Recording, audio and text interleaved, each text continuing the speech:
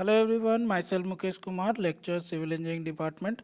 आज हम इस वीडियो लेक्चर में बात करेंगे रिमोट सेंसिंग के बारे में, जो कि एडवांस सर्वेइंग का ही एक पार्ट है। और ये एक एरियल सर्वे का एक्सटेंडेड पार्ट बोल सकते हैं। अभी तक हम लोग जो सर्वेइंग पढ़े हैं, पहले हम लोग सर्वेइंग पढ़े कि सर्वेइंग में different types of equipments use करके हम लोग क्या किए, मैप प्रिपेयर किए। Then we go for the aerial survey, जहाँ पे हम लोग फोटोग्राफिक का यूज किए, जिसके थ्रू हम लोग क्या प्रिपेयर कर पाए, मैप प्रिपेयर कर पाए।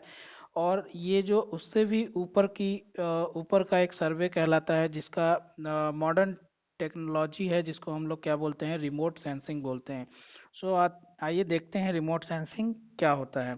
तो actually remote sensing is a art और साइंस, जो आर्ट और science of collecting the information about object, area and different features on the earth surface without being physical contact with them।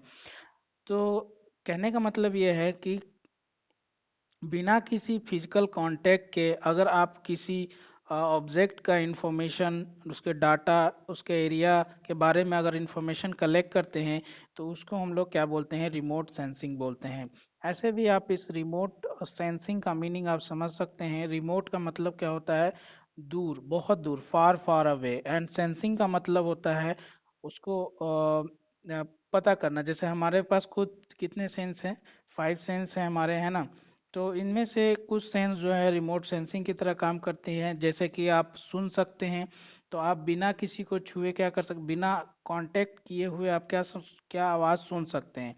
उसी तरीके से दूसरा है हमारा स्मेल करना। जैसे कि आप कोई भी खाना बन रहा हो या कोई भी अच्छी खुशबू आ रही हो, तो आप क्या करते हैं, स्मेल कर लेते हैं बिना किसी कांटेक्ट के। उसी तरह एक और सेंस है हमारे पास,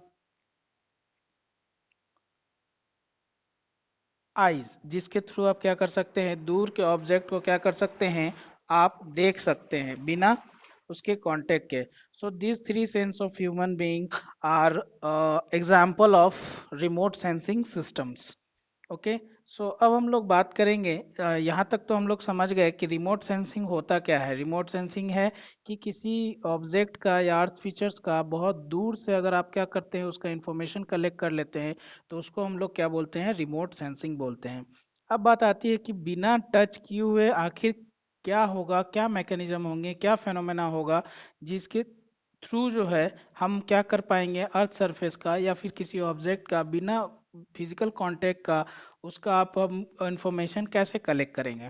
तो ये जो होता है वो पूरा का पूरा प्रिंसिपल जो होता है वो इलेक्ट्रोमैग्नेटिक एनर्जी का होता है। ये जो पूरा का पूरा खेल है वो किसका है, इलेक्ट्रोमैग्नेटिक एनर्जी का है, जिसके थ्रू हम लोग क्या करते हैं, अर्थ सरफेस फीचर्स का क्या करते हैं, इंफॉर्मेशन को हम लोग क्या कर पाते हैं, कलेक्ट कर पाते हैं।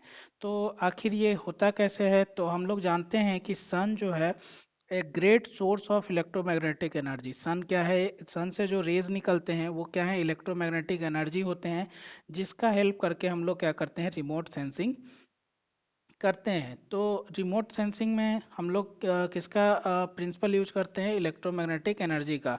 सो हम लोग 10th या 12th में हम लोग इलेक्ट्रोमैग्नेटिक एनर्जी के बारे में बहुत कुछ पढ़े होंगे।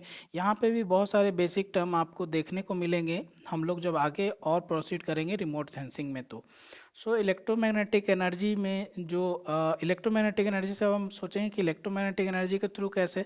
तो एक्चुअल इलेक्ट्रोमैग्नेटिक एनर्जी में हम लोग क्या पढ़ते हैं, बहुत सारे चीज़ें पढ़ते हैं। जैसे किसी भी रेज का या इलेक्ट्रोमैग्नेटिक जो एनर्जी होते हैं, जो लाइट वेव है, उसका क्या होता है, वेवलेंथ होता है, उसकी अपनी फ्रीक्वेंसी होती है।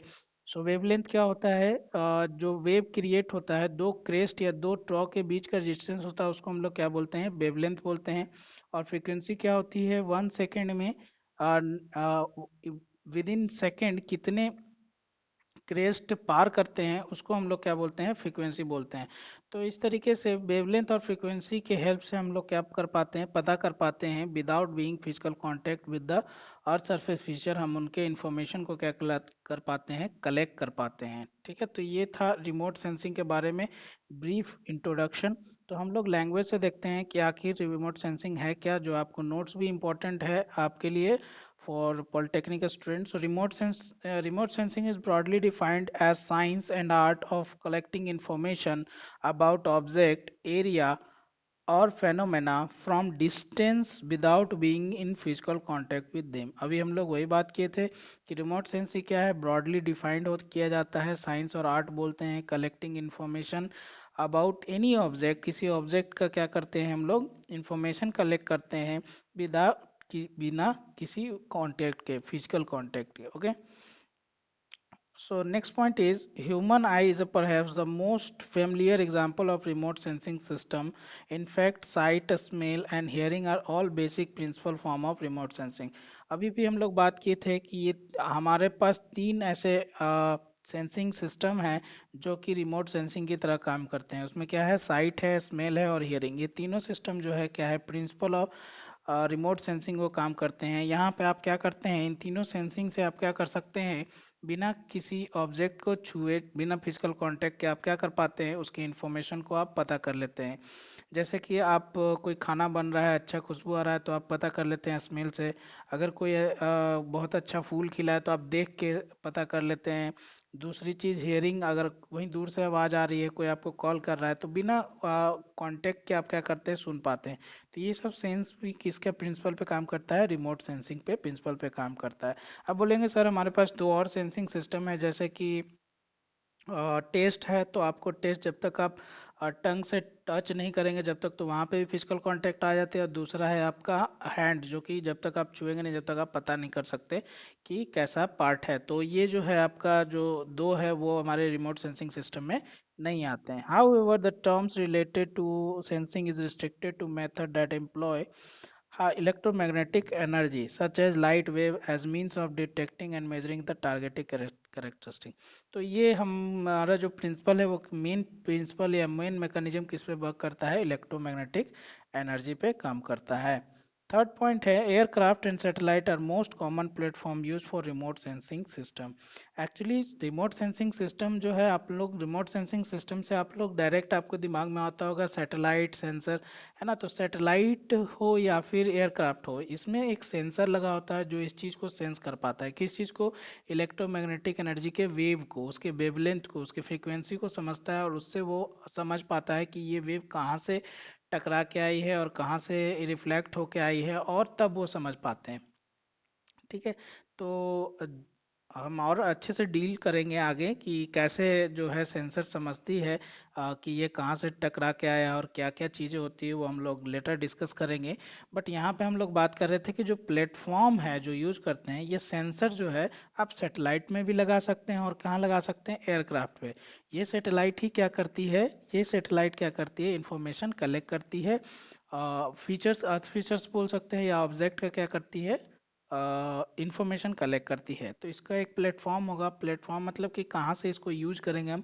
तो ये एयरक्राफ्ट में भी यूज किया जाता है, सैटेलाइट से भी यूज करता है, इवन बलून में भी इसको हम लोग क्या करते हैं, पहले के सब इनिशियल स्टेज में पहले बलून से ही क्या किया था, काम किया जाता था। बड़े बड़े बलून में सेंसर लगा दिए जाते थे और उनको छोड़ दिए जाते थे, वहां से वो इन्फॉर्मेशन हमें कलेक्ट करके मिलता था। Collecting of data is usually carried out by highly sophisticated sensor। Obviously sensor जो होता है वो काफ़ी कॉस्टली और काफ़ी सेंसिटिव होता है, बहुत ही प्रिसाइज इसमें इंफॉर्मेशन कलेक्ट होता है। तो सेंसर जो होता है वो काफ़ी क्या होता है, इंपॉर्टेंट होता है।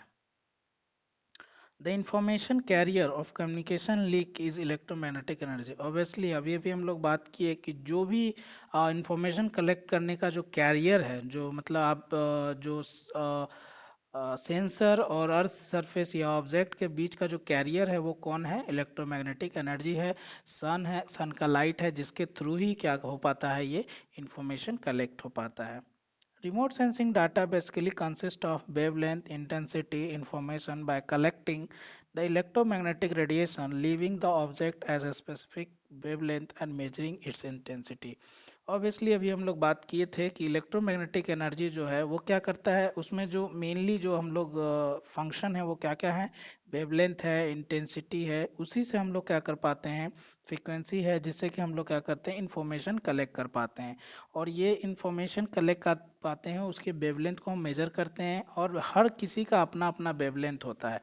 एक्चुअली होता क्या है, जब लाइट जब पास करती है तो लाइट का अपना वेवलेंथ होता है। जब वो किसी ऑब्जेक्ट से टकराती है तो उसके वेवलेंथ क्या हो जाता है, चेंज होता है। उस वेवलेंथ को ही सेंसर क्या करता है, स्टडी करता है।